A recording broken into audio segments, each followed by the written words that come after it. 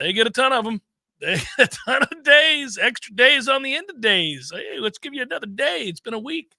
They do it all the time. On Twitter, it's at Jay Cameron Show. I'm here. Tom's here. Director Matthew's here. And you guys are here, and you're in a good mood. I bet you are. Hey, I'm in a good mood. We got to welcome our friends from Tried and True Consulting on board the Jeff Cameron Show. That's right. New advertiser and a collaborator and somebody I'm excited to work with. I'll tell you more about them throughout the course of the week as they are joining forces here with the Jeff Cameron Show, and an opportunity for some of you business folk out there to save some money and also help out the Battles Inn at the same time. So I'll talk about that at some point. Hello to everybody in the Heisen Legal Law Firm chat. Boy, we're just rolling on here to start the show today. Should I mention Zaxby's?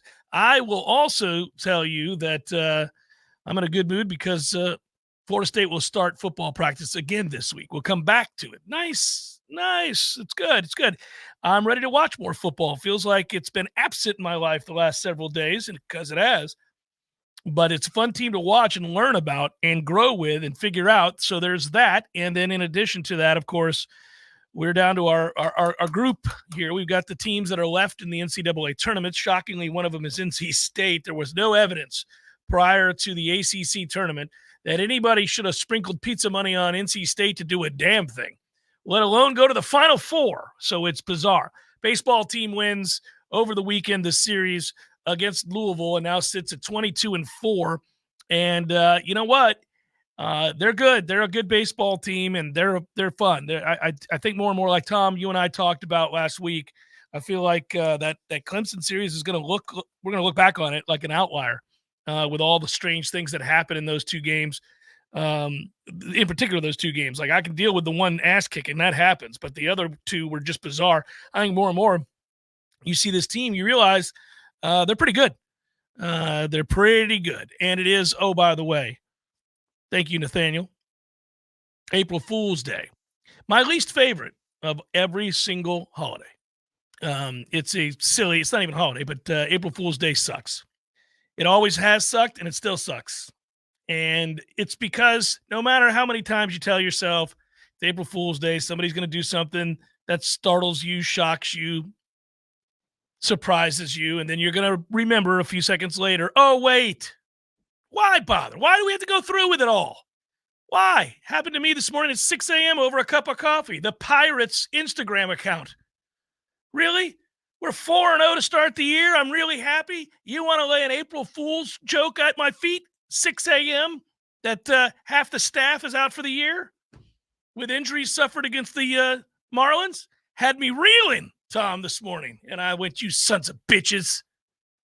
Dumb. All of it's dumb. How are you, buddy?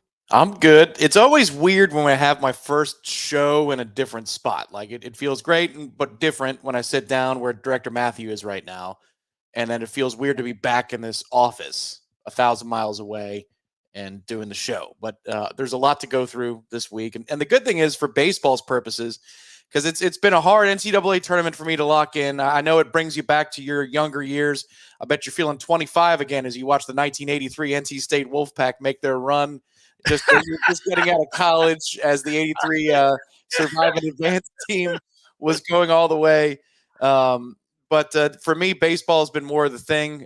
College first and then professional too. The Mets still searching for their first win. That's okay. Maybe tonight.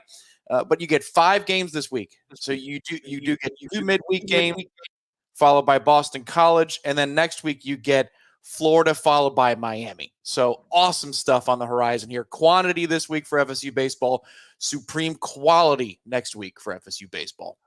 Yeah, a chance to sweep Florida for the year, at least in the regular season. If you win that game here in Tallahassee, you will have swept the season series from the University of Florida, which in and of itself may not portend of success in the postseason, maybe not even against that University of Florida team that you could end up facing in the postseason. But it is a nice nugget.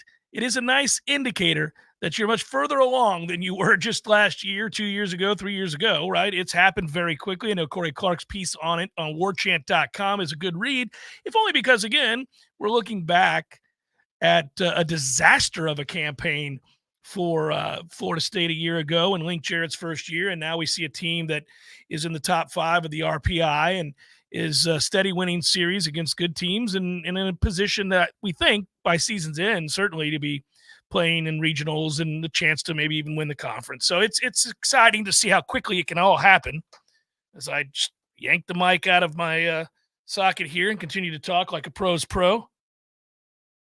I could say anything right now and he wouldn't hear me. I can hear you just fine. Oh, dang it.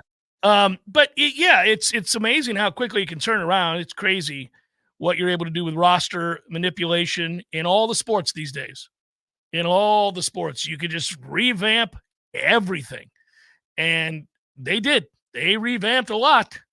And he's not close to done. You start looking at some of the guys that he's going to bring in this next class.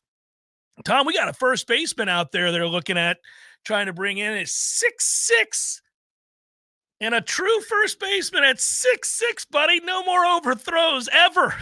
Oh, goodness gracious. What is this thing we're watching? I think we talked about it for a little while yesterday. It's nice that you're getting good as the product is also getting better. You know, the sport of baseball has been overhauled by returning to old rules or old traditions, if you'd rather, in that the game's got to move. Pitches need to come in sequence. This is something where I feel like the pandemic might have influenced baseball in a good way, which is when people went back to watch old school classic baseball and for me, old school is 70s and the 80s, and it moved. The game had a pace to it. So Florida State is improving and getting better. College baseball now is the same way. You know, the pace of it is much, much quicker. Even if you run into a game that's a 10-6 affair, it's not going to take 4.5 hours. So good on us across the board. We're all winners for it. And it's something I've never felt before in my life, which is Florida State, a baseball program as an underdog ascending to a place where they're in the conversation of one of the best in the country. They always were one of the best in the country my entire lifetime until about a decade ago, or maybe a little bit less than a decade ago. So this is just a unique story to document, and it's a lot of fun. The young man that I was referencing is in fact committed. I said that we were trying to get him. He's committed. His name is Charlie Buckles. That's a great name. His Twitter feeds points out that he's extremely excited to announce his commitment to Florida State University. I'd like to thank everyone who's helped me throughout this entire process. It goes on to talk about all of that and how excited he was. He is 6'6", 220 plus pounds from Maryland, and is a first baseman. Now, I have to ask, as much as you just put a disclaimer out there that you're not a fan of this particular day and what it represents, April 1st. It's a real person. You're not throwing Charlie Buckles out there and having a chuckle internally, are you? That would be funny if I were, but it's not. He's real. Right. His name is Charlie Buckles. He's 6'6", and he's committed to Florida State. That's a really cool thing. So celebrate it. Now, I'm not, and at the end of the show, I'm not going to be like, there's no Charlie Buckles, everybody. April Fools. I'm kidding. No, I'm not. Charlie Buckles is real. And also, the fact that his name is Charlie Buckles is the coolest thing ever. Now batting, number 18, first baseman Charlie Buckles. If they asked you to fill in for a game on, the Watch ESPN platform, and he uncorked one to right field, would you have the maturity to let that pass, or would you have to say it? I think I'd probably have to say it. I could go ahead and get in trouble. It's funny, it's kind of a loose day here real quick, but I will tell you, I got in trouble. I used to do, this is a long time ago. You old timers will remember this. May he rest in peace, Monk Bonasort. I did a pregame show with Monk Bonasort that ran throughout the entirety of the state. It was the official pregame show for Florida State football. It was one of my first big gigs, and I ruined it. I ruined it just as soon as I got it. I had it for a full year, and I began to criticize some of the things about the team and the coaches on the official pregame show at Florida State, and they did not think that was a good idea. Monk tried to warn me. He grabbed my arm at one point while I was talking. I was answering a question, very specific question. I believe the young man who called into the show was from Ocala and asking about our offensive line. And I just mentioned that our offensive line coach wasn't getting it done. We had some real struggles up front, and that's what led to the inconsistency in the run game. And that's what they frowned upon, Tom. So, I've had good gigs before that I've thrown away for the need to say something that I felt deep down in my heart. And so, if Charlie Buckles unloaded on one, the unbuckling would take place. It would happen on the air. I'd have to say it, right? Oh, I just hadn't thought about any of that until just now. The reminder of Monk Bonasort's face, the look on his face when I was just laying into our offensive line, and he's like, "No, this is not what we do." Lee Bowen was uncomfortable. You would not have lasted very long in North Korea, I don't think. I would have been dead. I would have been dead. You would have had one gig one day, and that would have been your one day, and that's it. Hopefully it was quick. Hopefully they made it quick on you. But luckily I got to do the whole year. I'll always have that on the ledger.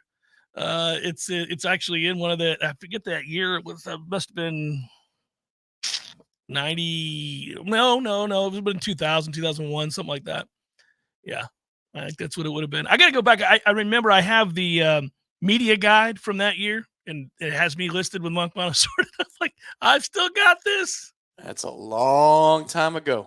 It's hard to imagine that it was too. It's crazy. But yeah, we would need the sounder. Hey, by the way, guys, this is probably going to be the last week that we have our traditional bumper. Now we'll have the Who. We'll never part from that, and we'll have the Cult for the second hour. But all the other bumper that you normally get, and a lot of people like to cultivate their music lists with this, and I've taken great pride in it. It's been a character of the show. We've got millions of songs that we've introduced people to that I love, and the music is a huge part of my life. I got to get rid of it because of some of the things we're having to do just from a production standpoint, and it stinks. It stinks, but you're going to get a sounder instead. You're going to get a voice guy. We'll get a voice guy in here to do the Welcome Back to the Jeff Cameron Show, and he'll say funny quips and the like, and that's what it'll be. Well, maybe what this does is it spins off a part of the bellying up empire that is yet to really be formed, but it's building. You can tell there's an arming scene coming, but maybe it could be music recommendations every so often on that feed. You could play a couple of tracks you like, and you could DJ it up and discuss why they mean something to you. A little bonus content. That would be fine. Yeah, everything has to be bonus content these days. You can call it bellying up bumper, whatever. You spin it off with bumper music bellying up. Yeah. By the way, so I want to go back to this just for a second, and we'll talk football here in a moment. A lot of people want us to get back into that because of the practice, re-engaged as it will be this week. Crazy numbers here for that UConn team that looks like they're going to repeat as national champions. Something to look at there. But the NC State team that is on this run is kind of a real miracle run in a way that maybe isn't even comparable to the 83 that you referenced way back when, as I do recall. That team, by the way, that NC State team in 83 had real talent. This one seems talentless. They just keep winning, and it makes zero sense, and there were never any indicators that they were going to go on any kind of a run like this at all.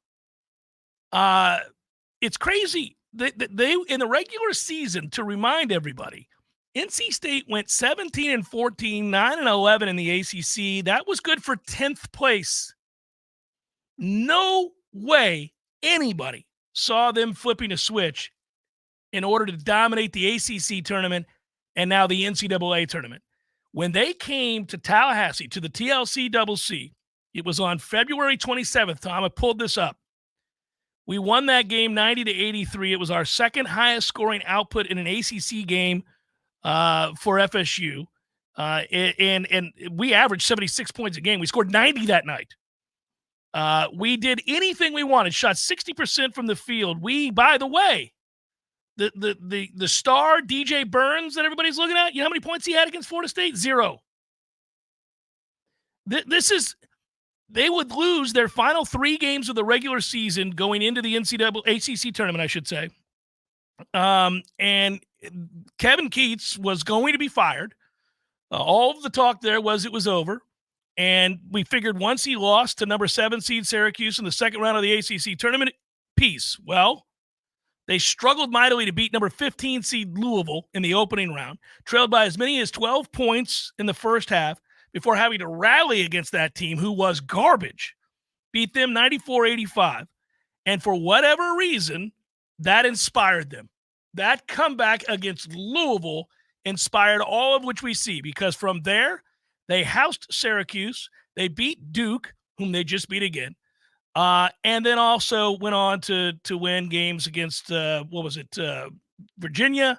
Then they beat North Carolina. They won 5 games in 5 days. That had only been accomplished once before by UConn in the Big East tournament back in 2011. So nobody had really ever even done this before, not in the ACC anyhow.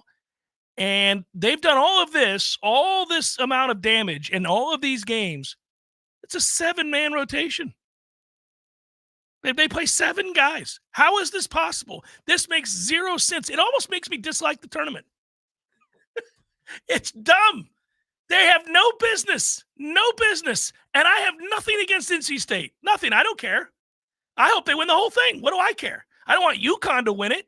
I sure as hell don't want UConn to win it. I'm glad NC State beat Duke. I think it's funny. All of this is fine with me, but it's just crazy because let's say they do. Just have fun with it. Say they win the whole thing. That sorry-ass 10 seed, 17 and 14 got housed in Tallahassee team will be your national champion. Get the hell out of here. It's just the silliest thing in the world. It makes some people love the tournament. I think it discredits the tournament in a weird way. They don't have any business. No business. This is silly. Get out of here. This is like some cruel joke. I watch NC State and I think, Florida State could have won the whole thing, apparently. Just silliness. Sorry, I want to get that off my chest. It's the Jeff Cameron Show, 93.3 Real Talk Radio, Warchant TV. Zaxby's has been perfecting chicken fingers for 30 years. So what now? Now, we go to the sea. Introducing the Southern Fried Shrimp Meal. With butterflied shrimp that's perfectly golden fried. A perfect blend of cocktail sauce and Zax sauce that we call Zax Tail Sauce. Plus perfectly seasoned crinkle fries. Perfectly buttery Texas toast. And even a drink with perfectly pebbled ice. Here's to 30 more years of perfect. The new Southern Fried Shrimp Meal at Zaxby's. Woo, saucy. Zaxby's. Social Kitchen is now open on Cary Forest Parkway near Ology Northside, Tallahassee's only premier market where you can receive the famed Snake River Farm steaks and premier meats. Social Kitchen also has chef-prepared meals and sides ready to serve in just under 20 minutes. Perfect for those very busy springtime weeks, weekends, you name it. Hosting some people at the house. Hey, Social Kitchen also has build-your-own charcuterie boards and catering. Stop in and visit Social Kitchen today or visit us online at socialkitchentlh.com. socialkitchentlh.com. Hey folks, it's me, Mac and More, spokesperson for Tallahassee's favorite Apple and Mac product store, Mac and More. We all know what Mac is all about. It's your MacBooks, iMacs, Apple Watch, iPhones, iPads, we've all got them. But what's really cool is the and more. And there's a lot more at Mac and More. They can help set up your new gear, migrate and back up your data, teach you new tricks and how to use everything better. And if something costs too much to fix, they'll tell you the truth. There's a lot more at Mac and More. See for yourself at macandmoresystems.com. Or you can take it from me, Mr. Mac and More. Have you been injured on I-10? I'm Dana Brooks of Facing Brooks Law Offices. We have partnered with Roadproof to access all interstate traffic camera footage along I-10 from Pensacola to Jacksonville. Memories fade and witnesses disappear. Securing important video footage now can make sure your claim receives the full attention it deserves. Call us today and let us secure the proof you need to come back stronger. Facing Brooks, 850-777-7777. Offices Destin, Tallahassee, and Jacksonville. Leaky faucet, busted pipes, clogged toilet? M&L Plumbing is here for you. For all commercial, construction, and residential plumbing issues, call M&L Plumbing at 575-9393 or visit online at mnlplumbing.com. Hey, no fans, our partner ISF Inc. is a national management and IT consulting firm located right here in Tallahassee, Florida, solving the future for state governments through strategy, process, and technology. As a trusted advisor for state governments, ISF knows the importance of defining a clear and detailed strategy. Our friends at ISF can help your organization create a strategy that sets you on a path to success. ISF, your vision plus our expertise brings your brilliant ideas to life. Visit ISF.com to learn more. ISF, solving the future. Your body is a masterpiece designed to heal itself from within. Learn how to maximize your health by tuning in to Phenomenal Health with me, Dr. Ryan Finn. Saturdays at 2:30. Experience true health today and call Finn Chiropractic at 386-7700. At Epps Decorating Center, we're your locally owned Benjamin Moore retailer. We're your store for quality with brilliant and durable paints in a variety of sheens and thousands of colors. We're your store for service with one-on-one advice for contractors and homeowners. We're your local experts, and we're here to help with all your painting projects. Benjamin Moore, available at Epps Decorating Center with 2 locations in Tallahassee. Find a store near you and visit EppsDecorating.com. That's EppsDecorating.com. We all want more energy, more strength, more results. Well, welcome to Orange Theory Fitness as you take a step towards feeling more alive today. Backed by science, Orange Theory's heart rate monitored workout is scientifically designed to keep heart rates in a target zone, spiking metabolism and increasing energy. Orange Theory Fitness is a one-of-a-kind group personal training workout resulting in more energy, visible toning, and extra calorie burn for up to 36 hours. Experience a more vibrant life today with Orange Theory Fitness. To find out more, go to orangetheoryfitness.com. The Jeff Cameron Show, brought to you by Orange Theory Fitness. 2 Tallahassee locations,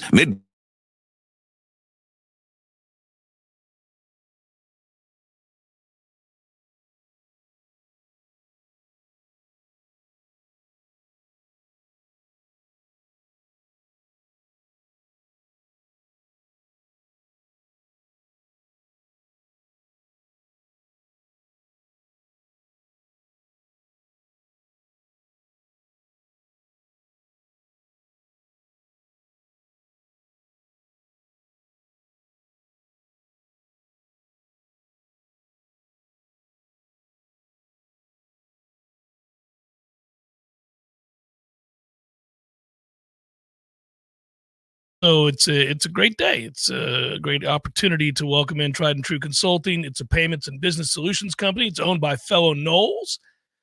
As a Knowles business owner, they're committed to reducing costs and increasing your bottom line. Give back 10% of that to the Battle's End, by the way, which is really cool. You can hit the trifecta today. Scan that QR code that you see if you're watching in the chat, or you can call alumni Don or Joe at 844-464-6653. So go Tried and True today. We're happy to have them on board. Definitely happy to have them on board. Football back tomorrow for Florida State for us to be able to watch anyhow. And I do want to say congratulations really quickly while I have the opportunity to a mutual friend of ours. It's now official. Florida State had the release. And Ernie Sims is officially welcomed back onto the staff, and that is awesome. I know that he is really excited. He was smiling ear to ear last week when we ran into him. And the week before that, when we got a chance to talk to him, big hug, as that guy is glad to be home and working for Florida State. That's a good thing. Ernie Sims, I think, legitimately beyond being a friend of ours and somebody that whose company I enjoy and to sit down and talk to and to learn from, I think he can help him out in recruiting big time at that position. Ernie is, at least if you go by evaluations out of high school and the way that they rank kids, it was the number 1 recruit in Florida State history. Knows the process really well and has had a good time in the coaching ranks post NFL playing days, but he has a charisma about him and he's got some cachet to him and he's young. And I just think that he has a presence to him when he walks in a room. Let's hope he improves our linebacker recruiting, huh?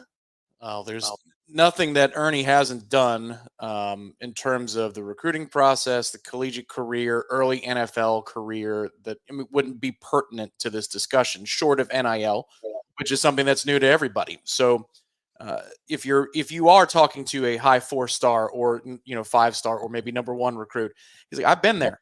I can have that conversation with you and we can speak person to person about how crazy that is, because Ernie was one of the first to be at that level when recruiting sites like Warchant were huge. Like Rivals was the network. It was the only one that people looked at, Scout a little bit, but Rivals was like this huge deal. So Ernie understands it in the era of the internet recruiting boom. And then obviously, having a distinguished career to be a first-round draft pick, all of those steps, he can have a real conversation person to person. It's not that long ago that he went through all of that, on top of the fact that he knows a thing or two about the position, development. Again, an analyst isn't in the profession of in a practice setting, getting on the field and talking to kids. But if he takes notes, they're notes that are worth reading, and they're notes that are worth helping kids improve upon. And this is just such a win. He's a local too, so it's not like he was from California. Not that that's a problem, but then it comes to Tallahassee. He's a local. He's from Tallahassee. He played at NFC. There is a lot to like about this particular hire, and I hope it works out for both parties. I think it's going to. I really do. Yeah, maybe very well down the line that he ends up being the linebackers coach. And I'll be watching and celebrating when that moment happens, if in fact it does happen. So we'll see. But yeah, Ernie's insights will be greatly appreciated. Linebacker, by the way, while we're on the subject of football returning and our ability to go watch it, post their scrimmage from last week, which was on Thursday. I will tell you that I've kind of been pleasantly surprised there. That's been one of the areas that's been a little bit better. I don't know how they performed in the scrimmage. Obviously, we didn't get to see it, but it sounds like the defense won the day. We documented this conversation on Friday about how the defense should be well ahead of the offense. It is always that way, but it's especially true that it's going to be that way.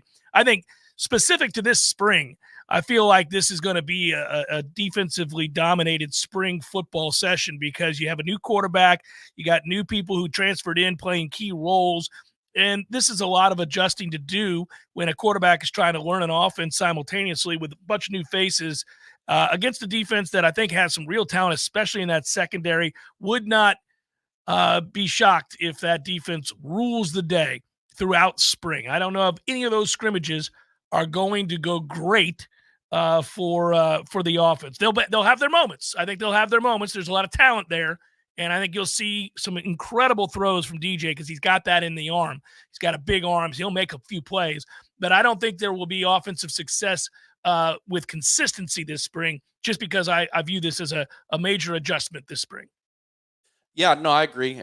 There's just so many moving parts. That's what, on Friday I was talking about. You're trying to stick a landing here to where there isn't a whole lot that you can lean on season over season experience-wise and say, well, this guy knows where to be. This guy knows what to do. Some have more experience in the program than others. Some players do. But you've also got to figure out what everybody's strengths are. So this is about assessment, and I think they're going to throw a whole lot at these kids. I know Coach Norvell said before scrimmage number 1 that we want to play a lot of football. I want to go earlier here. I want to go head to head. I want to see what these guys look like from a competitive standpoint. I think this part of spring is going to be about how much can we throw at them? What do they operate with the best? And then instead of expansion, the beginning of fall camp and the strategizing in the summer will be about contracting down to the things that we do well. But I think overwhelmed might not be the word that they say out loud, but I think they're trying to overwhelm them and figure out how much each position group and specifically the quarterbacks can handle in this brief period of time. That's the fun part, though. That's why this season's so exciting, because we really don't know exactly how it's going to look, and the coaching staff has to work to that end this spring. The cool stuff that you're going to – whenever the offense does have success, it's going to be because of that blazing speed and that big arm. So they're always going to be exciting plays. They're going to be big plays, I think. And you have a lot of big play capability in this offense that wasn't there a year ago. Unless Trey broke some tackles and went 80 yards, you weren't getting a lot of big plays down the field with any consistency. Listen, it was still a good offense. The numbers were good. I just think they have a chance to be better. I've said that. I'm a broken record on that. When we hear about them, we're going to hear about that speed, and that's what's going to be tapped into. I do think it's smart to overwhelm them here. You can tell Mike wants this adjustment period to happen sooner rather than later, so he's throwing the kitchen sink at him. And, I think that's going to be a good thing long term. We got a question at the beginning of the show about whether or not Brock Glenn truly had an opportunity to be the starter week 1. Like, does he have an opportunity to compete to be the starter for week 1? Do you think Brock has a legit chance to start week 1? Okay, there it is, Colby.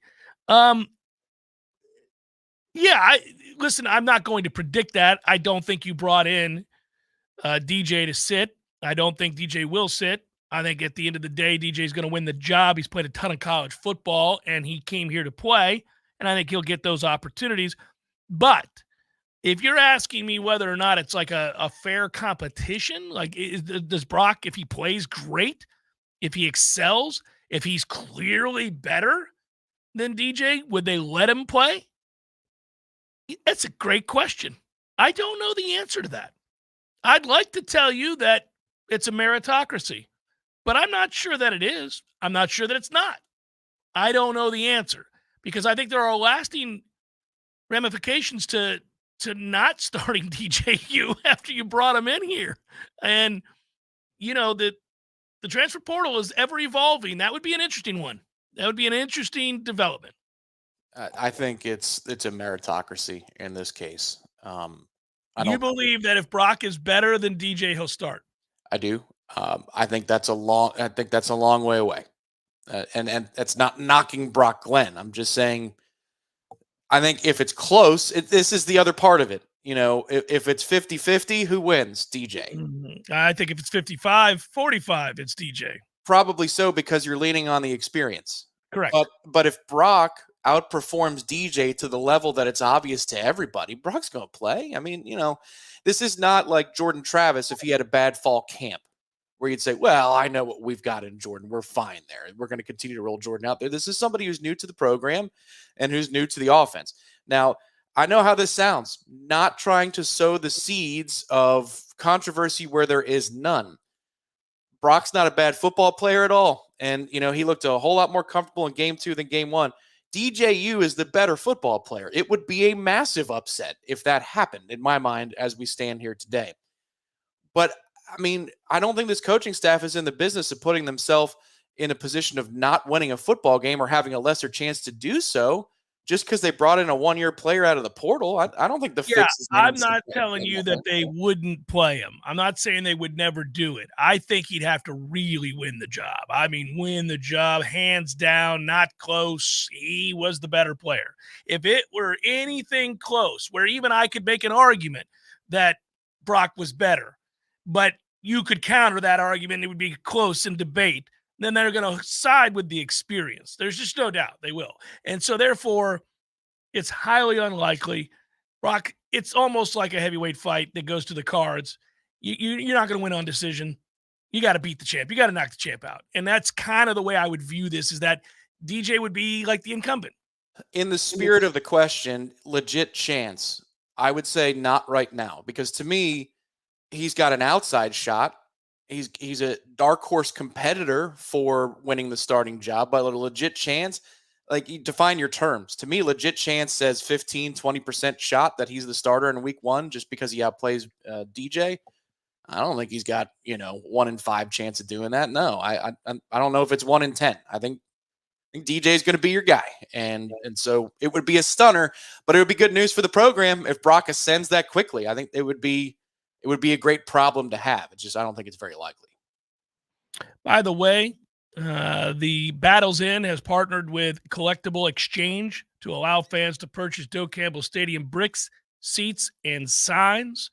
If you'd like to know more about that, check out Collectible Exchange's website, and you can go there, or you go to Ingram's website, and you'll see a story, or I should say Twitter account. You'll see a story about that Collectible Exchange partnership with the Battles Inn. And the reason I bring it up before we go to break is a lot of people have asked about what they were going to do with the bricks and the seats and the signs and the things at Doak that are being torn down, because a lot of people have a lot of sentimentality, obviously, connected with those seats and those mementos, and you can buy them. And you know that when you do, you're giving money to the Battles Inn. So there you go. Jeff Cameron Show, 93.3 Real Talk Radio, Warchant TV. Local news now. The Tallahassee Police Department confirmed 3 separate shooting incidents this weekend, sending 3 people to the hospital.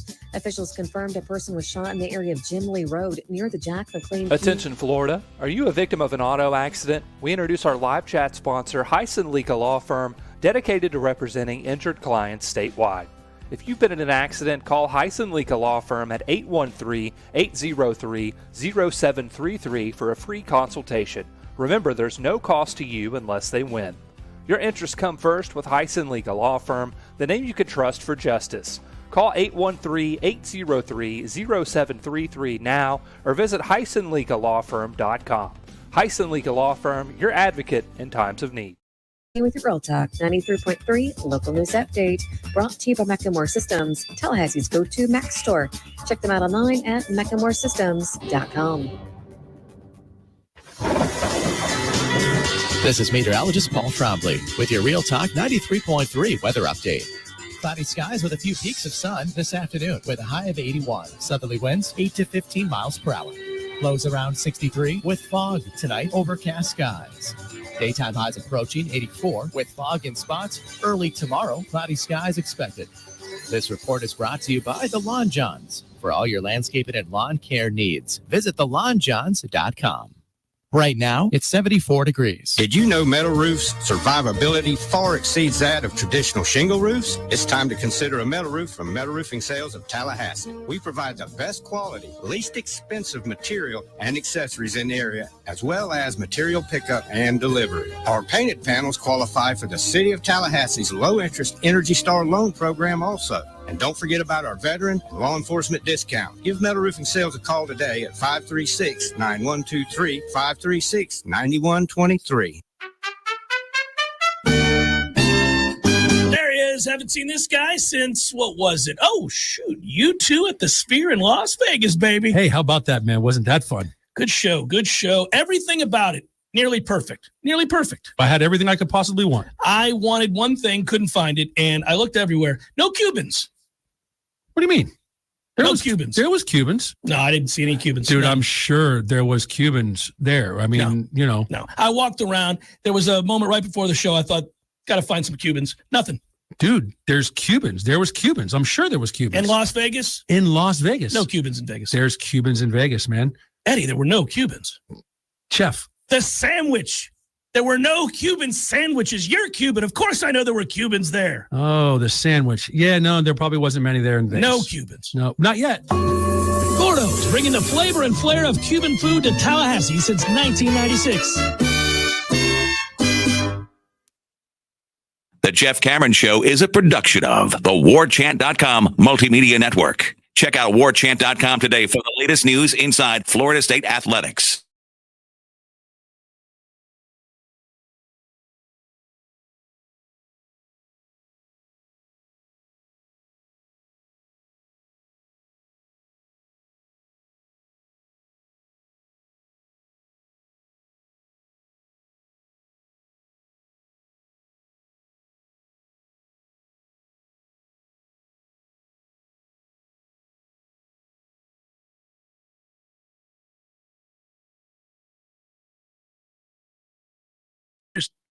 I just think he'd have to really win it. That's all I'm saying. I'm not saying the fix is in. Coaches would lose the team if competition didn't matter. I think that's true, too. One of the things that I've admired about really this staff is they don't play favorites. In fact, it's really fascinating to me that you've seen Mike Norvell this camp, in my opinion, be really hard on a lot of guys that are either veterans or, kind of the stars of the transfer portal. He's really laid into those guys heavy. Now, I think it's partly because he knows he needs them to really step up big. You got a lot of guys that they're depending on to replace a lot of other dudes who played a ton of snaps. So, he's getting on them early. He's demanding excellence early. He's setting the tone early. That's what you expect him to do. But it's fascinating. He's been a little bit ornery. I kind of like this version of Mike. It can get uncomfortable. I don't think he minds me saying this because he is who he is. I mean, he's a football coach and he's intense. Most football coaches are. And the best part about their kind of pitch, if you will, when they sit across from these dudes is that we're going to coach you hard. We're going to have to really, we're going to demand more out of you than maybe you demand out of yourself. You're going to be better when you leave here. And it's partly because it's a symbiotic thing. I need you to be better so that we can win games, and you want to be better so you can get paid. And that's how they get after it. But it's been a salty camp so far, buddy. It's been fun to watch. He's been tough. I've seen it, even if it was just the one day. I've seen it. There's, I don't want to say extra or more or higher amount, because he's been pointed before with some guys that are now going to be drafted later this month. We are in the month of April. So I've seen it where, especially the receiver group, There are times where he would just say these most cutting things to a Keon or a Johnny, and you go, okay, it's going to be that kind of Tuesday. Sounds good. But there is a little edge to Coach Norvell, and I think, again, it's because when you are developing a new leadership structure, they're proud of the fact that this is a player-led program and that their winter workouts went very well, and there was a seamlessness there and a belief even after the snub, and I think there was real relief out of the coaching staff. But still, this is spring camp is where you're going to have a lot of the leaders developed, and you're going to find out who that core is that can be leaned upon for adversity in fall camp and in the season. So I think he's really trying to put people through the ringer to define who can I go to heat of the moment when I have to have a tough conversation behind the scenes or between drives. And that's what this is about, a lot of psychology stuff. Jeff, who do you think has the bigger chip on their shoulder, the players or the coaches? Mike's got the biggest to me. I think it's impressive. I wondered, this is a bigger conversation. We wondered how they would respond to the snub. We wondered if they would be able to handle the crushing disappointment of having done everything you were asked to do and have committed yourself to doing all of those things and going undefeated and playing through injury and all that other stuff, only to have it ripped out from under you and you get screwed over. What happens after that? It's easy for us to say, well, you just got to get back on the horse and you got to get back out there. It's easier said than done. I think that can leave one bereft of hope, as I like to say. And I wondered about it, but I haven't seen any sign of that at all. Now, maybe that's just because they know it can't happen again. It's a 12-team playoff this year. It's just impossible, right? What are you going to do? Sometimes I think we overstate maybe the importance of certain aspects of what a leader is and what a competitor is, and what things have to be in place for all of that to work. Most competitive people are competitive people on and off the field. Most competitive people want to be great because they're trying to be great for the sake of being great. They want the most out of themselves. They work hard. These are the things that they do. This is what got them, in the case of college football, a college football scholarship. It's what made them become recognizable to people, scouting the high school ranks. You found the best players. Yes, athleticism is a huge part of that, but there are a lot of really athletic people who aren't all that competitive. So you have to have all of those elements. And I think if you do, even in the wake of a bitter disappointment and an absolute screwing by the system, it doesn't mean that you just turn that off, that you stop being competitive, stop working hard, stop caring. You have to be beaten down and beleaguered over many a year before you finally throw in the towel and say, that's it.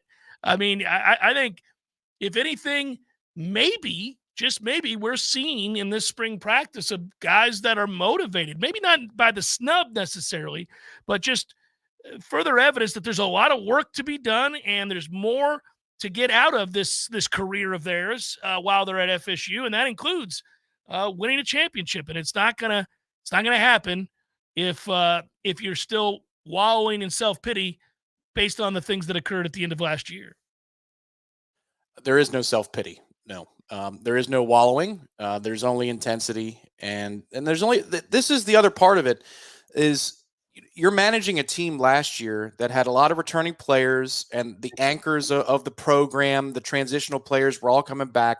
But you got so much competition this year. Like, even if you believe that Malik Benson, for example, and I do, judging by everything the coaching staff says, is a perfect candidate to be a leader on this offense, he's still got to go win the job. I mean, he's a really good player. We've seen that. He's proven that early on in camp. But 2 padded practices and a scrimmage isn't enough for everybody to call it a day and say, well, Malik Benson is going to be definitely your number 1 receiver. There are other dudes who could take the job. And I think that's what Mike is trying to do, where he's not had an opportunity as the head coach to stoke the fires of competition in so many different places. So he's dealing with a different roster in a lot of ways. There's turnover at the veteran level, but there's a whole lot more capable players who could win a starting position. So I think he's trying to antagonize to get that going, to get the best out of the competition that they can get every single day. they have a staff that does a good job of carrying Mike's message forward to the segment groups. That's something we've noted before, that they were consistent. The messaging was always consistent. From the top down, you could see all of these things. And I think, too, they don't overreact to some of the things that happen in a football practice. I mean, it's a man's game, as they say, and it's a rough one. And we've seen, some terse interactions and some pushing and shoving, and that it's awesome. I think they're like, they want to see all of that. You want to see all that. Now, it gets old when you get into fall camp and you're tired of scrimmaging each other and you're tired of hitting each other, and that leads to frustration and late shoves and retaliations and things of that ilk. You're ready to hit somebody else by then. But it's fine when you get into this intense competition that we see right now at several segment groups, and they get after each other, and there are going to be real intense battles. This is, you don't want to overstate things, but at least in terms of playing time, they're fighting for their life. They're playing life. No, well, that's the thing. The urgency is raised by NIL too. Like, the transfer portal and NIL have been spring football's best friend in so many ways in terms of coverage, because you have so many more new veteran players that come in every year through the portal, through NIL. So that's on the front end, but on the back end of it, like, you could lose a battle if you're a wide receiver here in spring and in the old days and say, that doesn't matter. I'll go get you in the fall. I'm going to get you in the fall. You can have April. I'm taking August, Yeah. And now if you lose in April, you're thinking about, do I need to go to a different program? Do I need to get out of here because this guy's pretty good? No matter what I do in the summer, there's not a job guaranteed to me. But if I go to this other place, they're calling with a couple of bucks and they say that I would be guaranteed that job. The urgency of spring is completely different because of the portal. And that's what also makes it fun, is that, obviously there's back channeling being done across college football of who might be available after everybody wraps up spring football. So there's roster turnover coming. It's almost like there's a tryout without a season. Mm-hmm. And then whatever that is, 5% of your roster, or maybe a little bit more in cases where you're building, it turns over. So I love that part of it. Like, you can feel that too. Even last week, the one padded practice I got to, you could feel that guys are playing for jobs as though this is August instead of spring. Yeah, and I won't go through the names just yet because it is too early in practice. We did get asked in the chat whether or not, I would be willing to kind of venture a guess which guys transfer out. I don't know. Transfers have a lot to do with some factors that I can't be privy to. There's the obvious one, like, are you in the rotation? Are you winning at real playing time? Are you anywhere on the depth chart that suggests you're going to get a lot of time and have opportunities? Like, you don't have to be the starter, but you have to see a path to getting on the field. And I get that. There'll be plenty of guys that are like, well, even if this guy gets hurt, I'm not playing. Or if this guy gets hurt and I beat this guy out and this guy gets hurt, I'm still not playing. Those are two different things, right? So those would be your candidates. The guys that don't win the starting reps aren't necessarily just going to hasten their exit. I think they realize that, that's a position where you rotate a lot of guys at wide receiver. And then I also think that transferring isn't for everybody. I mean, there's some guys that decide to stick with the team even though they're not going to play.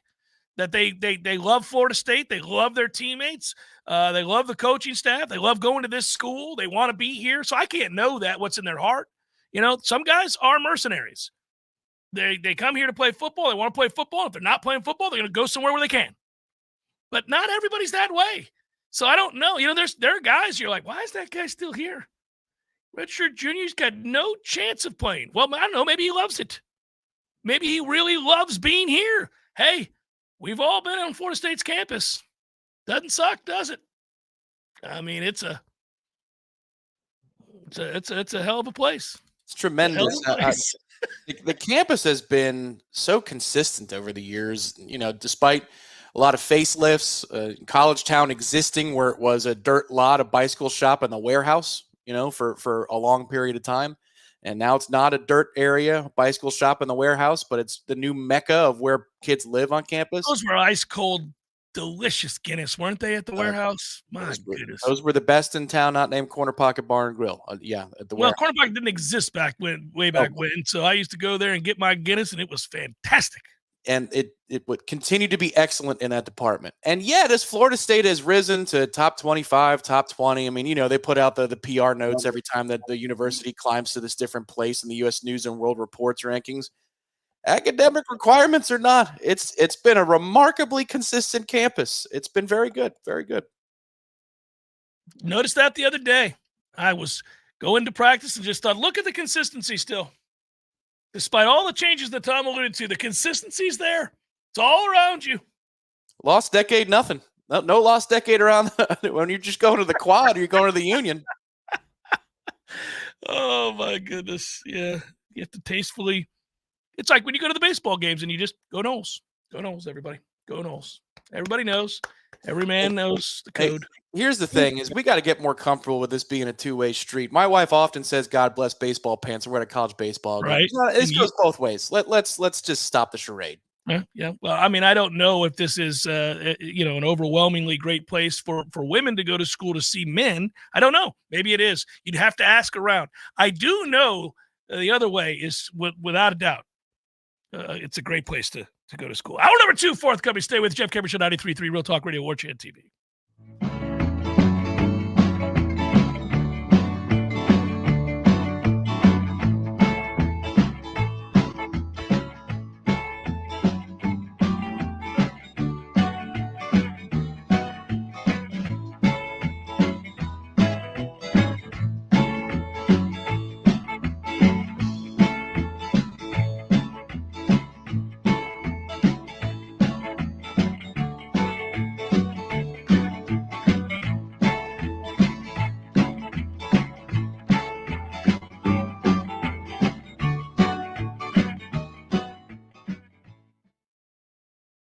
Two ends, one to think with and one to sit on. Success in life depends on which one you use. Heads, you win. Tails, you lose. Hi, I'm Rick Hughes, host of The Flatline.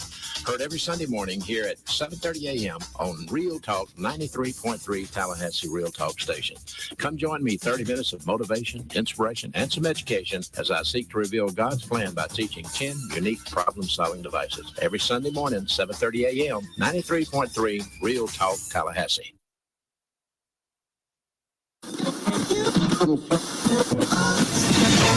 This is Jamie McClenney with Trek Financial in Tallahassee.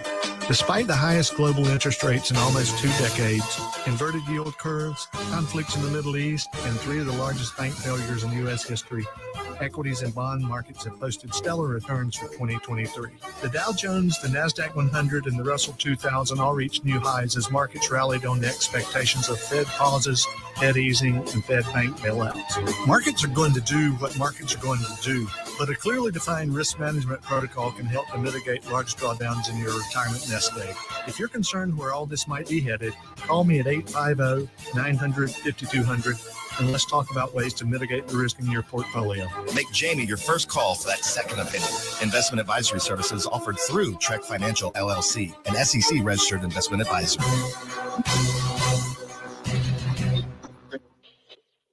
Tallahassee is full of rich history and traditions. When you think of things that jump out in the minds of longtime residents, the state capitol, McClay Gardens, the Springtime Tallahassee Parade, FSU and FAMU Sports, the St. Mark's Lighthouse, St. George Island, and Paul's Termite and Pest Control. Paul's has been protecting thousands of people, their pets, their homes, and their lawns in the capital region for over 50 years. Locally founded and still locally owned and operated. There aren't many businesses in our industry that keep it together that long. Paul's Pest Control has many customers we've been honored to serve for over the last 50 years. We've experienced tremendous changes in how we treat homes and protect the people that live there. We've moved from liquid termite treatments that require drilling into the home's foundation to Centricon, a baiting system which works with their natural biology. We've moved from interior service to exterior treatments for general pests. But one thing we're not going to change is our old-fashioned commitment to personal service for each of our customers, the same way we've been doing it for over 50 years. For the elimination of termites, any other pests, and a greener lawn, too. Call Paul's. We'll get them all.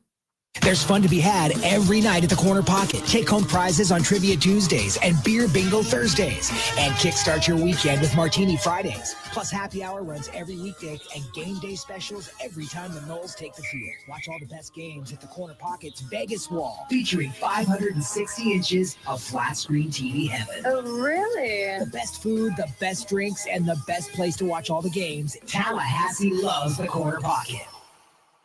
Coming up next, more of the Jeff Cameron Show. Live and local on Real Talk 93.3. WVFT, Greta, Tallahassee. The latest betting odds and line movements from Vegas. This is your action update.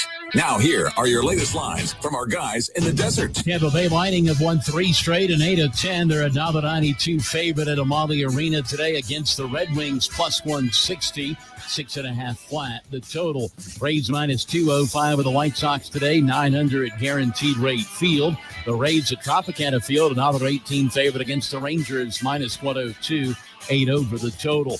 Orlando Magic laying 14.5 at home with the Portland Trailblazers. The Final Four is Saturday at State Farm Stadium in Glendale, Arizona. UConn laying 11.5 against Alabama. It's Purdue laying 9 against NC State. The total, 146. Free betting splits data available for the next 2 weeks at vsin.com/split. For more sports betting news and information, go to vsin.com. Mike Sennett, Real Talk 93.3. The results are in. In a nationwide double-blind taste test, Applebee's Classic Buffalo Boneless Wings reigns supreme as America's favorite boneless wings. To celebrate, Applebee's is offering boneless wings for 50 cents each for a limited time. Available for dine-in, to-go, or delivery. Head to your neighborhood Applebee's or visit Applebee's.com or mobile app to celebrate with this unbelievable deal. Price, participation, and selection may vary. Now that's eating good in the neighborhood. Sponsored by Applebee's. Attention landowners. Got big plans for your land? Tackle all your spring projects with a powerful John Deere machine. And now with 0% APR for 72 months on select compact tractors, riding lawnmowers, and Gator utility vehicles, plus up to $2,000 off select compact tractors. It's never been easier to get in the sea. Offer available April 1st through 30th. Visit johndeere.com to find your local dealer. For complete finance details, please call toll-free 1-800-226-8903. I'm Greg Tish, here to share one of my favorite TCC stories. In the summer of 1966, Eugene Lamb wanted to stay in shape before leaving to play college basketball in Louisiana. So he jogged to Tallahassee from his home in Midway and helped lay the bricks for the first building on what's now the TCC campus on Appleyard Drive. Today, he is a longtime member of the TCC District Board of Trustees. It's no exaggeration when we say Trustee Lamb helped build TCC into what it is today. TCC thanks our community for 58 years of support. We look forward to moving into the future together. Widden Glass has been taking care of business since 1945. When you call Widden Glass, you're dealing with experienced, reliable professionals who offer only the best. Like Widden's top-of-the-line bath enclosures that provide style and luxury at an affordable price. Eye-catching storefronts are a specialty at Widden Glass. We'll help you design it and install it. Widden Glass, the first name in glass replacement. Call 222-5781. Have you been injured on Interstate 10? I'm Jimmy Fasig of Fasig Brooks Law Offices. We've partnered with Roadproof to access all interstate traffic cameras along I-10 from Pensacola to Jacksonville. Let us help you get the proof you need to stand up for yourself and get fair compensation for your injuries. Call us today and let us secure the proof you need to come back stronger. Basic Brooks, 850-777-7777. Offices Destin, Tallahassee, and Jacksonville. We all want more energy, more strength, more results. Well, welcome to Orange Theory Fitness as you take a step towards feeling more alive today. Backed by science, Orange Theory's heart rate monitored workout is scientifically designed to keep heart rates in a target zone, spiking metabolism and increasing energy. Orange Theory Fitness is a one-of-a-kind group personal training workout resulting in more energy, visible toning, and extra calorie burn for up to 36 hours. Experience a more vibrant life today with Orange Theory Fitness. To find out more, go to orangetheoryfitness.com.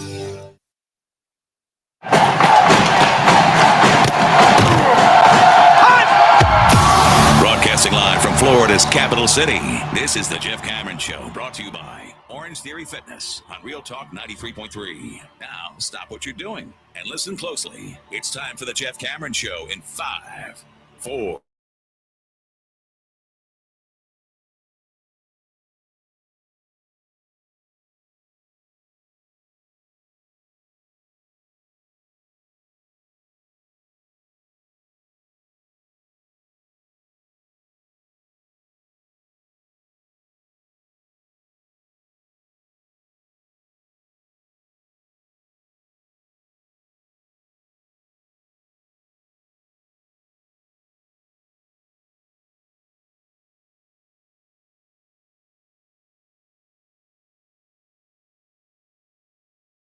perfect weather to grill. Social Kitchen, my fine friends over there off of Cary Forest. If you have not gone by Social Kitchen, make sure you do. On Mondays, that's today, $5 off per pound of steak that you buy. And they've got the best steaks in town, Wagyu included. Go make it happen. Talk to Chef Chris. He'll have you preparing that sucker as a professional chef does, and you'll taste the difference. But today, $5 off per pound on those steaks. You can't beat that deal. I may have to swing past when I leave here because it is grilling season. And later in the week, I won't have a chance because I'm going to be at the baseball games, Tom. That's what I'm going to do. I'm watching this baseball team who continues to impress.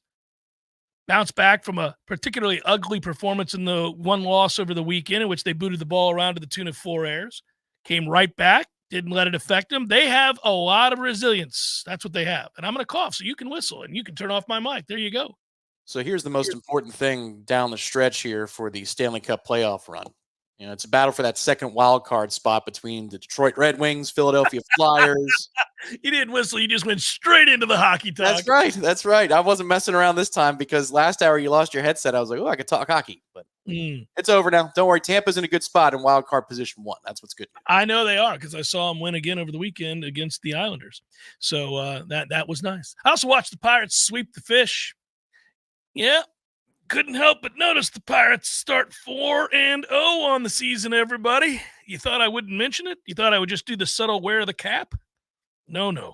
I'm mentioning that 4-0 start. I also know it's a very long season, so I did not seize the opportunity after a 4-game sweep to text some of my friends that call themselves fans of the Fish and remind them, or at least thank them for their hospitality.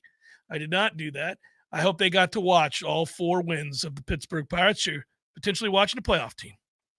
Yeah, I'm glad to see that your team's loss column equals my team's win column. There's nothing as tried and true, if you will, as a nicely done. A little New York Mets, early season disappointment. Usually we win on opening day. But it's all right, buddy. There's nothing anybody can do. You're sitting down at a bar. There's a couple of baseball games on in this town. People commiserate. They yelled together. It's this big community thing that we got going on of suffering. It's like a bunch of Buddhists together. Life is suffering, you know? I watched one of those games with you, sir, after a round of golf, and I admired your composure in the wake of hitting the ball one time successfully the entire game. Yeah, the only time that I got a little bit angry, the only time I lost my cool a little bit there was when Jeff McNeil is just being silly about getting slid into. It's a good slide. Get tough. Get off the bag sooner, turn the double play. Come on. Yeah. He also said something dumb after the game, which was, I wasn't trying to turn the double play. Well, the replay shows you clearly we're trying to turn the double play, as one does during a play in which 2 runners can be thrown out. We attempt to do that. We're attempting to turn the double play. That's what the whole thing was, my man. Well, then there isn't one out because there's no transfer. So pick your poison there, pal. Get your story straight. It's okay, though. It's all right. It's a long season, buddy. Got the Tigers coming to town tonight. It'll be all right.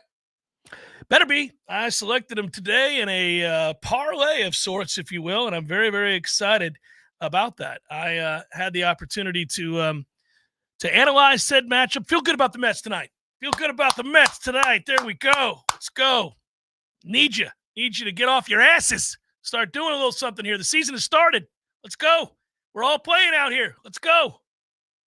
Get moving. Your new manager needs to maybe tough love out there in the clubhouse today. Well, I think also Jeff McNeil, who won the batting title a couple of years ago and still had an ops below 8 whatever. I don't know that we need to go slappy in the cleanup hole, man. I don't know that we need to go slappy in the 4, but we'll see. That's the last I'll say. Maybe when he's off the team, I'll be even happier. But going to have a guy who hit 270 last year with an ops of 750 getting cleanup for you. Okay. All right. I watched so much baseball this weekend. My TV was either on the golf, and you're welcome, everybody.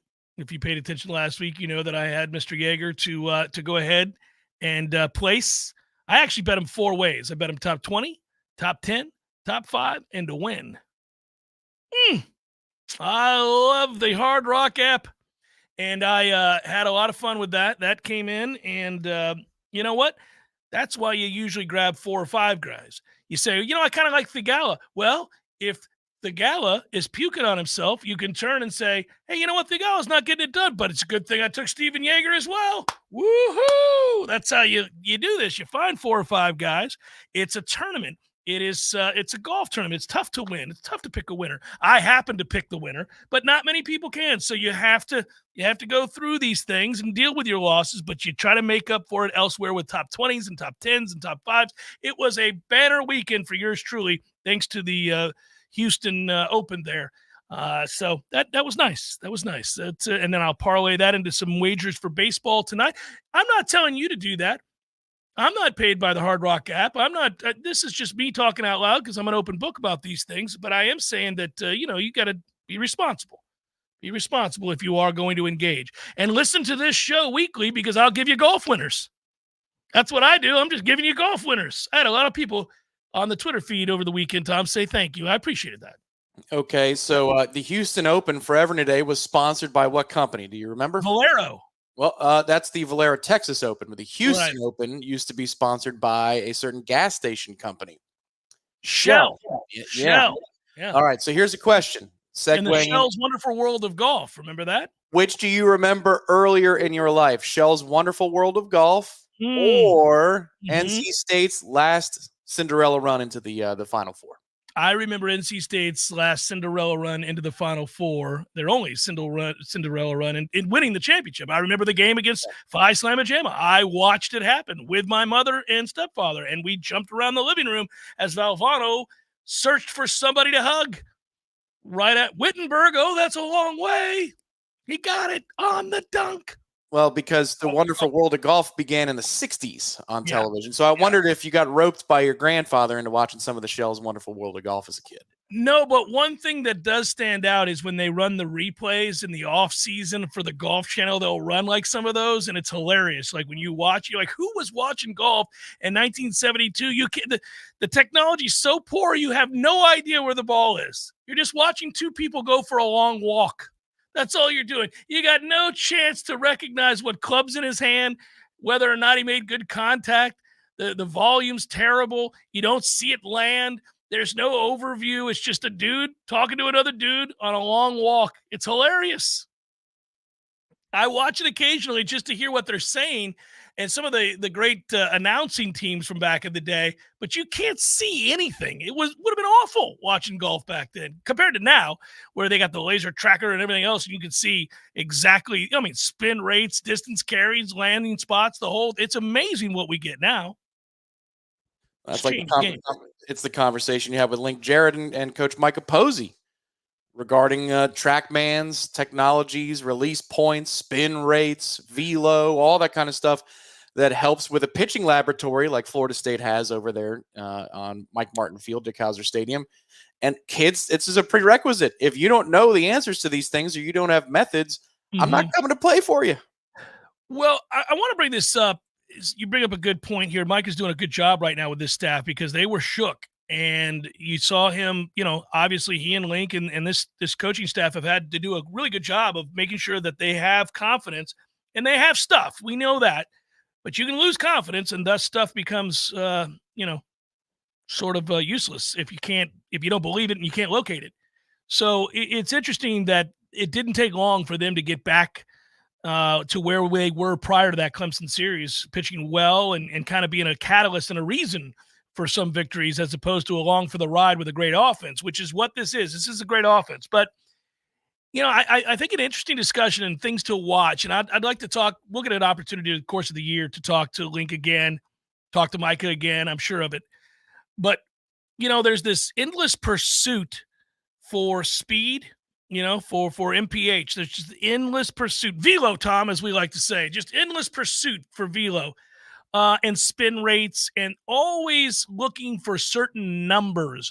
And a lot of the discussion these days amongst baseball purists and baseball guys in general, that's a whole other world, just like golf is okay, what's the fine line? Because if you're solely pursuing spin rates and velo, somewhere along the way you forget how to pitch.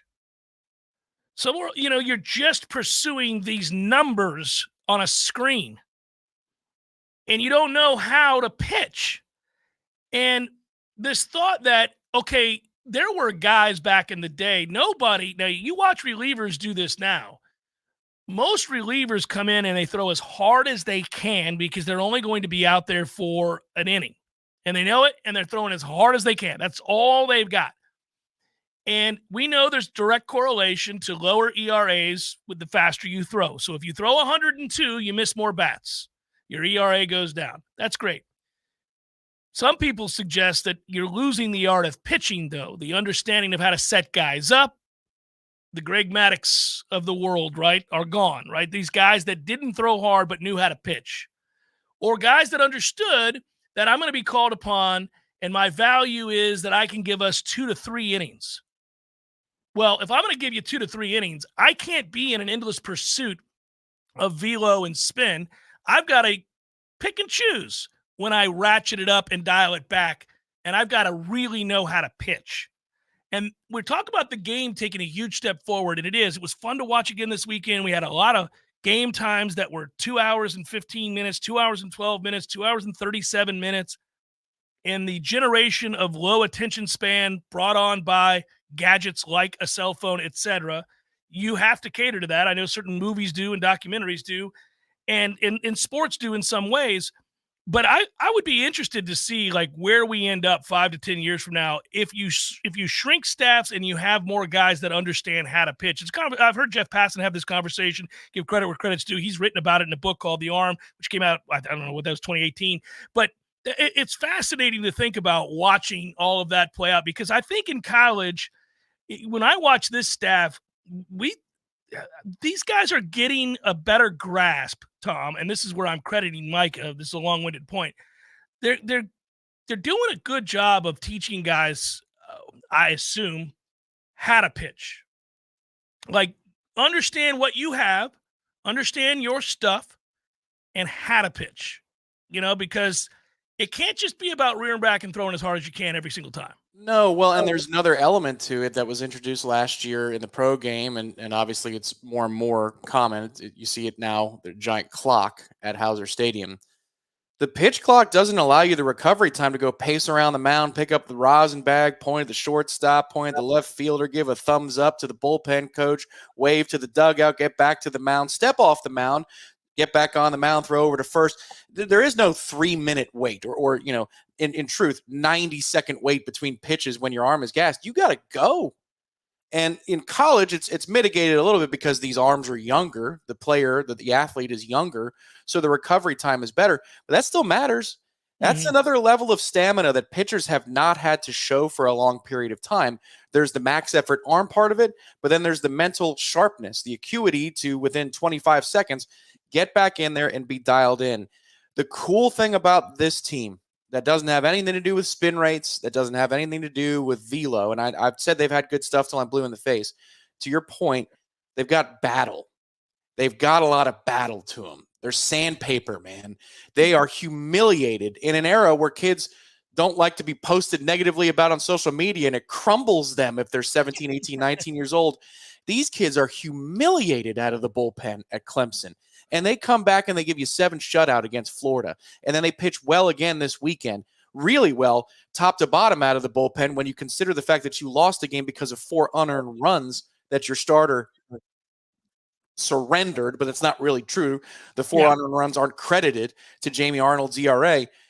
This group went from humiliation to being one of the best parts, if not the best part, about the following week of the season. So they got a lot of mental toughness, and that's not just on the staff, but they're the ones that have been pushed the most by adversity and have responded really well.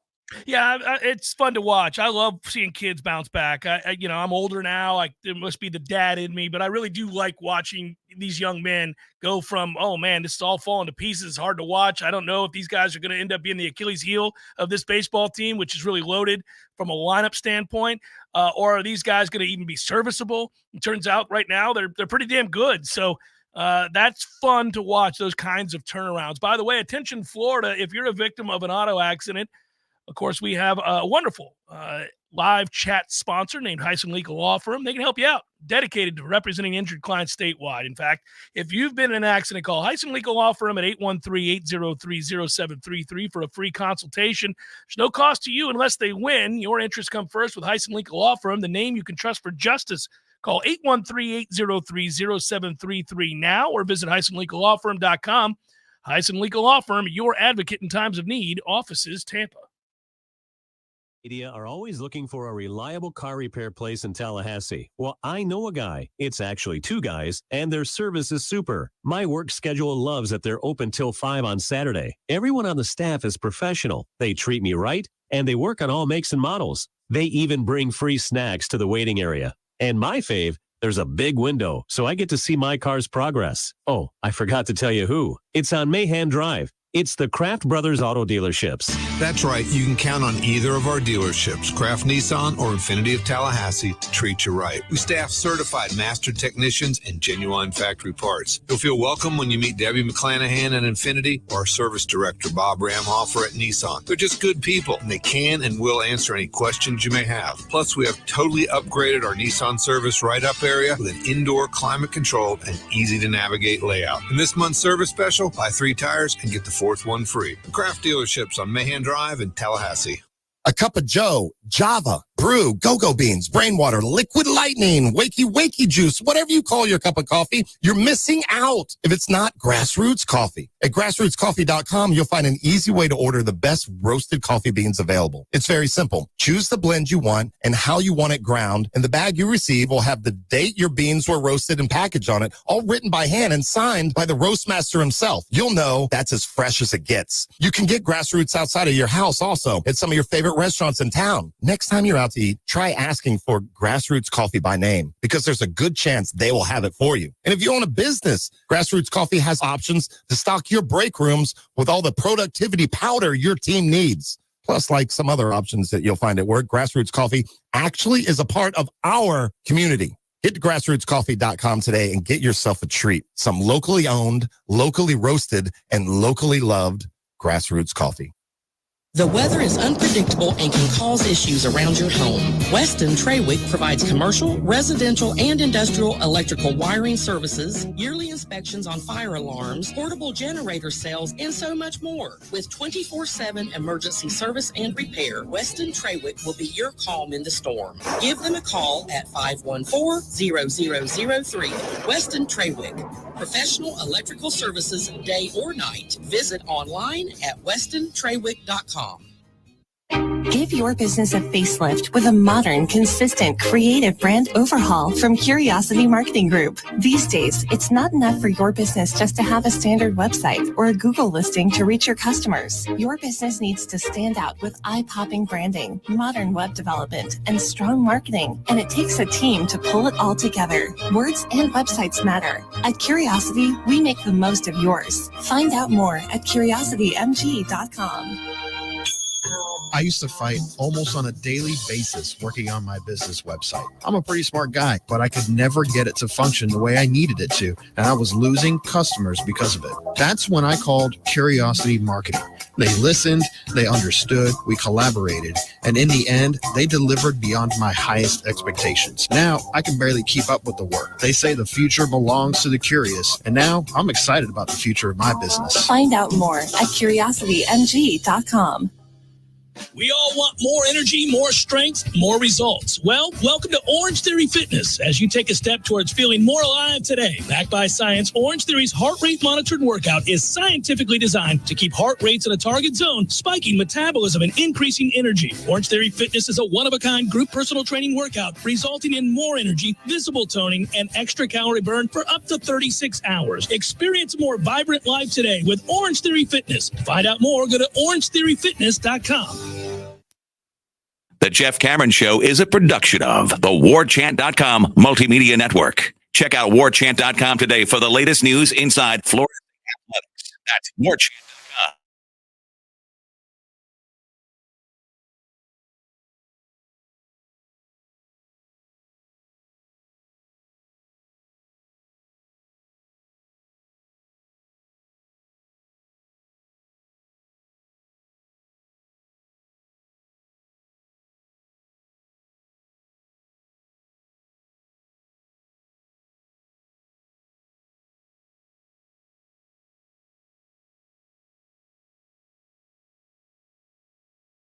But it is me being honest with the audience, Tom. Apparently On3 has brought in a big, heavy hitter in the recruiting world, and I didn't know any of that. I had no idea. Caught me off guard, Tom. Tell the people about this big recruiting guru that has joined On3.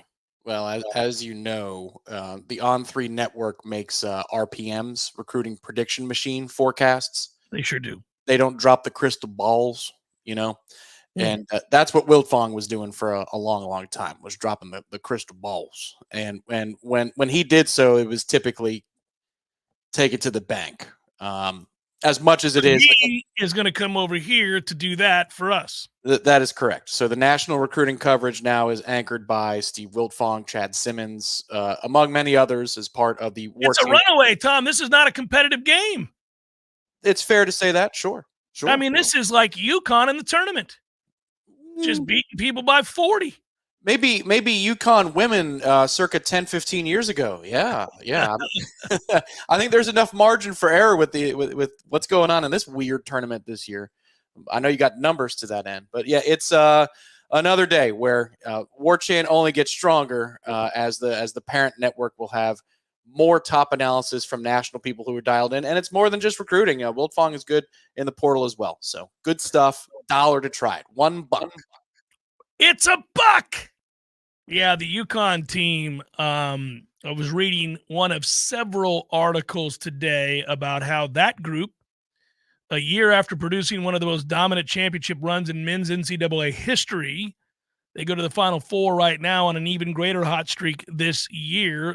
Just lopsided game after lopsided game. I don't know if you were watching when it was 23-23 against Illinois, which certainly seemed promising in the moment. Oops. That's a 30-0 run, folks. A 30-0 gets you some. 53-23 in favor of UConn in the moment. I said, well, damn it, man. I'm trying to see a good game. I don't care about either one of these teams. And now look at this mess. This isn't any fun in the East Regional.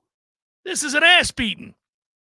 And it meant, by the way, it was the Huskies' 10th straight double-digit win over the past two tournaments. Did you know that? It must be nice to watch your team in a tournament, Tom, and not have to worry about them being in a highly contested game. They're never in one. It's a rarity, but I did not know it got to double digits. Now it's a little much, but I'm not a huge fan of that institution, that coach. But I guess maybe that's kind of a throwback to old college basketball, because there was a juggernaut with a coach you hated. So maybe that's where UConn has given us a little taste of the past, even though the game is very, very different than it used to be. So there's a simple rating system, like, all these geeks that dive into the numbers for basketball, and thank goodness they're around. Those same geeks exist in baseball and every other sport. And so you can I'd use various systems to try to come up with predictions for perhaps wagers that I look at. But they can measure how dominant a team is on their way to the Final Four by comparing their scoring margin to what they expected to see in the simple rating system, the SRS scores of its opponents. In 4 games so far, UConn has an average point differential of plus 27.8 points per game against a set of teams with an average SRS of plus 10.5. You don't care anything about that, but they've been doing this and using this system going all the way back to when the tournament expanded to 64 teams in 1985. And it's not quite number one, but it is in the top 4 of most dominant runs since the tournament expanded. And if they continue down this path, by the way, some of those other teams, Arizona from 1988, Kentucky from 1993 and 96. By the way, the 96 Kentucky team, we use the phrase that a team is stacked. This would be insanely stacked. They had 9 future NBA players on that team. 9 on one team. That is stacked. UNC in 08, UConn in 09, Duke in 99, lost to the final to UConn, I believe it was. So, yeah, it's interesting to watch. We'll see if Purdue, in their respective matchups coming up here, we'll give them a game and we have something of note. But right now, it has been all UConn all the time and just a bunch of ass kickings. So be glad that maybe you haven't tuned in, Tom, if you're looking for an upset. I know you're not watching. You're correct. You know what I said? We said, did you catch it when it was 23-23? No. No, Jeff, I didn't. I wasn't. There's I'm sure baseball on or hockey. That's probably what I was watching at this point. Final 10 games of the season, baby. Hockey's good stuff. This is the part of the year too where certain teams just don't lose. Maybe we should have insights on that on Wednesday's show where we can go over some wagers for the upcoming weekend for the NHL, because Stanley Cup playoffs are right around the corner, brother. When you get to Easter, it's like, yep, this is playoff season, man. This is the good stuff, because there's no better time in hockey than the first round of their playoffs, because 8 beat 1s all the time. Oh, hockey does it different. Let's talk some Florida State stuff with my man, Ira Schafel. Warchant.com joins us on the show every Monday. Today's no different. Hello, Ira. How are you, buddy? I'm great, Jeff. How you doing, man? I'm doing really, really well. I'm excited that we get to go back to practice. I'm excited that Major League Baseball has returned, and I would like to note, Ira, that it may be that we harken back to the good old days. I know the Orioles are 2-1. They can't quite keep up with the 4-0 Pittsburgh Pirates, but imagine if we were lucky to see Buccos O's round 3 in the World Series. I'm hoping, Jeff. I would love to get some revenge. I feel confident that the O's are going to be there. I don't know. Once you guys start playing other teams besides the Marlins, though, we'll see what you guys do. We have the Washington Nationals today, so that could go to 5-0 very easily. We'll see. I don't like to count these wins just willy nilly, but you never know. I would also note that you guys beat up on the lowly Angels. Those poor guys. I did watch the vast majority of your games, and that's partly because I have a wager on one of your players. That is a fine catcher that you have there, sir, and I bet on him to win the MVP this year. Let's go. The only problem is Gunnar might beat him out. So it's a nice problem to have. We'll see. Adley Rushman will take care of business. Currently hitting .273 with a couple of RBIs. We need to step it up here. Or maybe a home run against Kansas City. Let's get it going. All right, so what say you about this baseball team before we get back into football? That was a nice bounce back after the loss on Saturday with the loss Friday, I guess it was, with the ugly Air game. This is a resilient group, a fun group to watch. Yeah, and really, I thought it wasn't really even close in terms of the level of talent between Florida State and Louisville, which is weird to say because Louisville has really been one of the top programs in the country in college baseball for several years.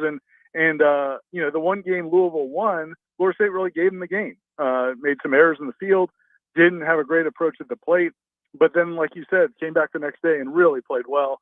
And here you go now, a week where they, there was so much focus on those Clemson losses, and there should have been. That was crazy what happened up there, but that was a really long, treacherous, challenging week, and they came out of it incredibly well. And now you sit here 22-4.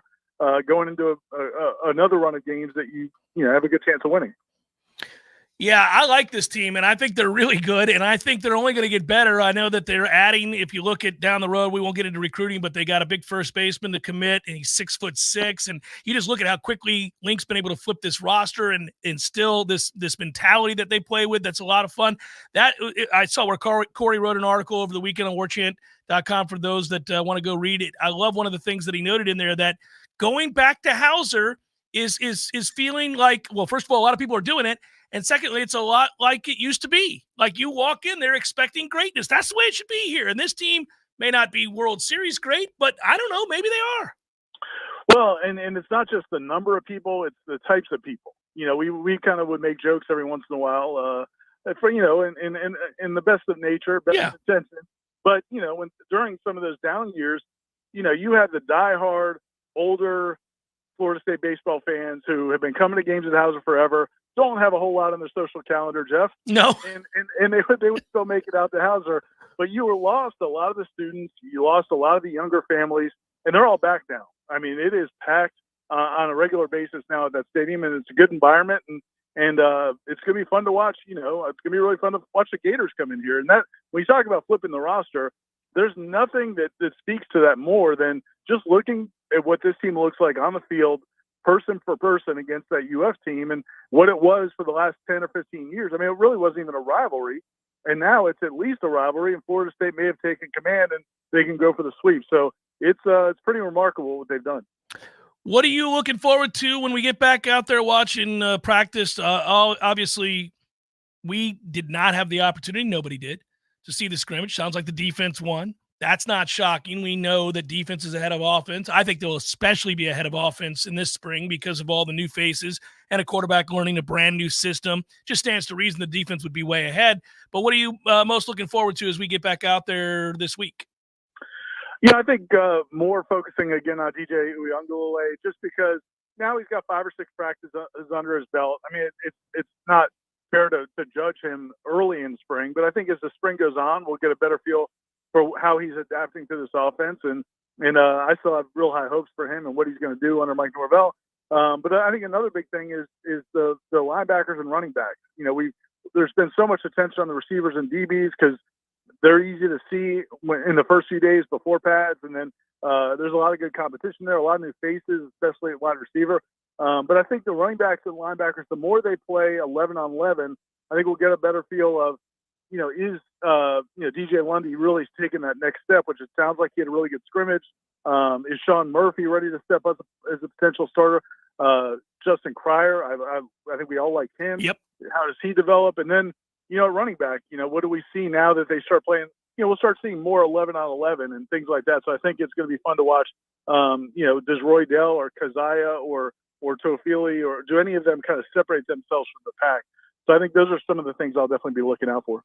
Hey, so I do want to ask you this question from Briley in the chat, and we kind of talked about it a little bit last week on headlines, and I've seen more articles across platforms subsequently, so I see this as a pertinent question. He says, is there a narrative brewing, because I want your opinion, is there a narrative brewing over, there is a narrative brewing over many different outlets that this portal window is going to be outlandish?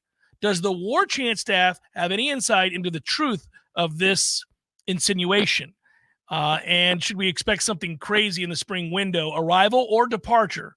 Or should we expect steady, aggressive Norvell per usual? Like, what do you think you're going to see at the end of this spring? Because I have heard and read certainly several articles that suggest it's going to be a free-for-all with kids all over the country leaving in this specific window. And transferring at a rate that we have never seen before, including big names. Do you concur with that? I think it's possible. I don't know that's going to affect FSU a ton. I mean, I think there's, I think each school obviously is going to be a different situation. I just think when you look at Florida State, the way last season ended, and with all of the kind of uncertainty coming into this offseason, and Mike Norvell, being pursued by Alabama, there were opportunities for some of these Florida State guys to go, and if that's something they wanted to do, that they could have done that. Now, I do think there's going to be some transfers from Florida State. It wouldn't surprise me at all, especially guys who lose out on starting jobs. But I don't think Florida State's in one of those situations. My guess is it might be more at schools where some circumstances have changed since the end of last season, and when that portal closed in late December, early January for different schools. So I think Florida State's going to be okay in terms of the departure standpoint. Maybe they benefit if there's some big ones. But I do think nationally, I think there's a good chance because, that once that clause was changed and now kids can transfer every single year, I think that's fine. I mean, I think that's going to create some of those opportunities. But I'm not expecting anything crazy from Florida State. Good. Good. I don't want it. I think they got a nice squad here. I don't want to lose some big time players, but you do know that's the modern era. And I will just let everybody know that even if a few big names, and we don't know that that's going to be the case, Ira doesn't seem to think so. That's nice to know. That, listen, you've got the master of the portal that leads your program. I mean, Norvell, nobody's done a better job in the portal, in my opinion, than Mike Norvell. Always appreciate it, Ira. I'll talk to you later, brother. Thanks, Jeff. See you, man. Yep, take care. That's Ira Chaffel, Warchant.com, my cohort, and I'll be seeing him both tomorrow for headlines, but also for practice, and I look forward to that. Yeah, you do hear a lot of that. You hear a lot of people talking about that. There are names, there are guys that were starters in places. I'm sure there's going to be some of that. I don't know that there are going to be big names leaving Florida State. It doesn't seem to be set up that way. I do think there will be plenty of people that need to find another home because they're buried in this roster, but I don't think they're starters. Like I don't see that. Jeff Cameron, Show 93.3 Real Talk Radio, Warchant TV.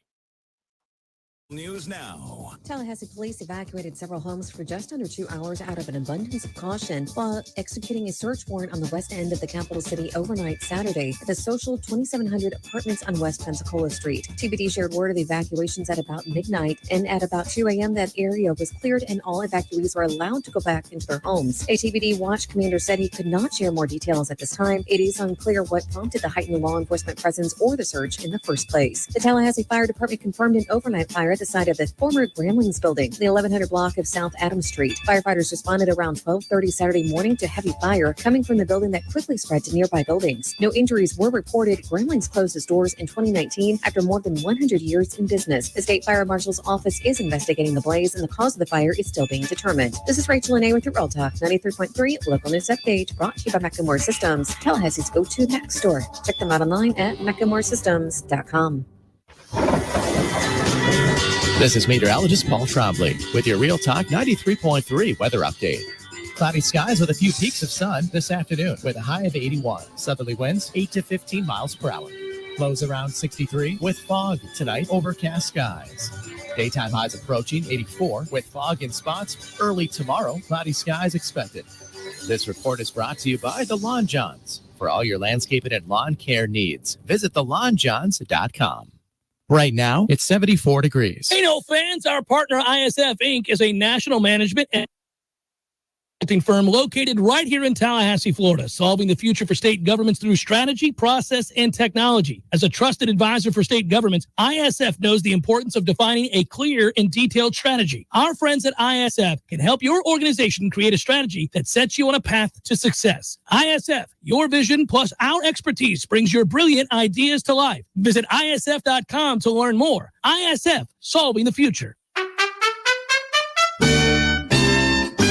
There is no Bigfoot, Eddie. Would you stop with that nonsense? There's a Bigfoot, Jeff. I wish there were. By the way, I don't want you to point to me as the guy that takes all the fun out of the room. I wish there was the Loch Ness Monster. I wish there was the Bigfoot.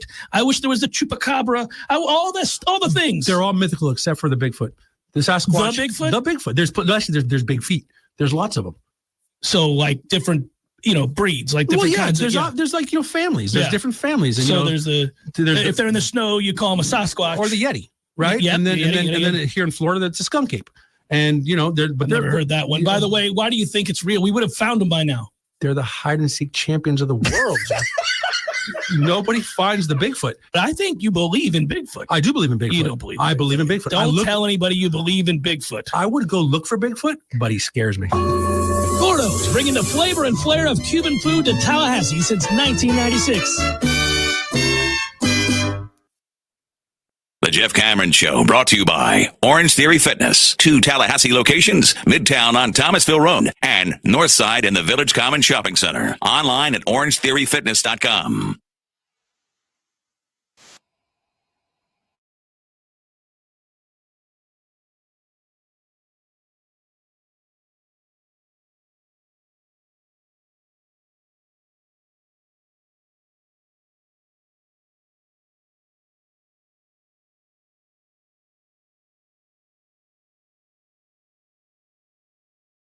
Smash at 7:00. The Smash tonight at 7:00. My man, Ira Chaffel, was just with us. Tom, are you joining him tonight? Who's he with tonight? It is me. I am hosting tonight, which, you know what? I'm happy to do that because I can talk about the practice that I saw last week so we can compare notes rather than me just saying, hey, Ira, what'd you think of practice? Who's good?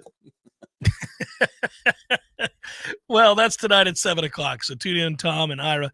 doing the smash. And then always, I want to thank our friends at Zaxby's for joining us on the Jeff Cameron Show and being a champion of this show and Florida State Athletics. They've been a proud booster, Golden Chief booster for over 19 years. Stop by one of the 167 Zaxby's here in Tallahassee. It really is gaudy. There are so many. It's really pushing out neighborhoods. There's too many Zaxby's, 167. Danny, we've got to slow our roll with that many Zaxby's. As much as I find them to be delicious, I'm going to be huge if at this rate, the way I see, I just turn, there's a Zaxby's everywhere, 167. But if you've not partaken in the Zaxby's, please do, by all means. Go get you one of those platters. There's 157 chicken fingers on those platters, 157. Boy, could you imagine if you got one platter for every one of the Zaxby's in town that you went to? Too much. Just too much. Get your calculators out. Ask your smart device to tell you how many chicken fingers that is. Put the answer in the chat, and you win a prize of a thumbs up. You know, that'd be great. That'd be great. Oh, man. Who's the one player on the roster, Tom? This is a short segment because I went long before and we still got to do probables. And, oh, by the way, towards the end of this segment, before we go to that break, I'm going to tell you that it's been a good day. You're out of here. You get the hell up out of here, YouTubers. That's right. That's what's going to happen when I do the probables. It's not your fault. I'm not really angry with you.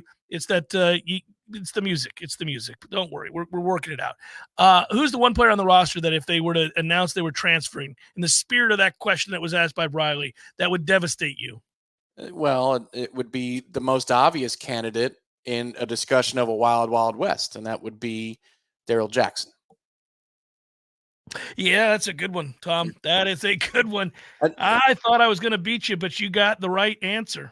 I don't want to create an issue where there is one. It's like when we're answering the question about Brock Glenn. Does he have a chance? It's a question, fair question. I don't think he's got a significant chance of taking the job. But in a fictional scenario, if he outperformed DJ, would he win the job? Yeah, if he outperforms DJ, he'd win the job.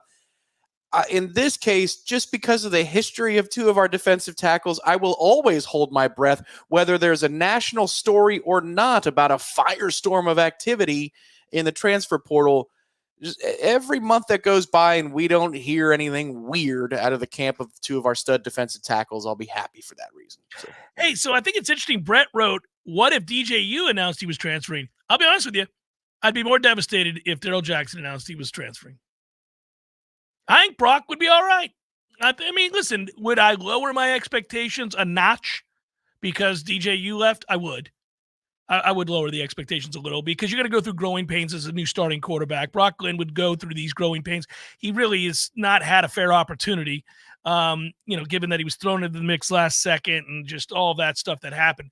But I could live. I could live with that idea. In fact, I had it in my head that he was going to be the starter before we went and got DJU.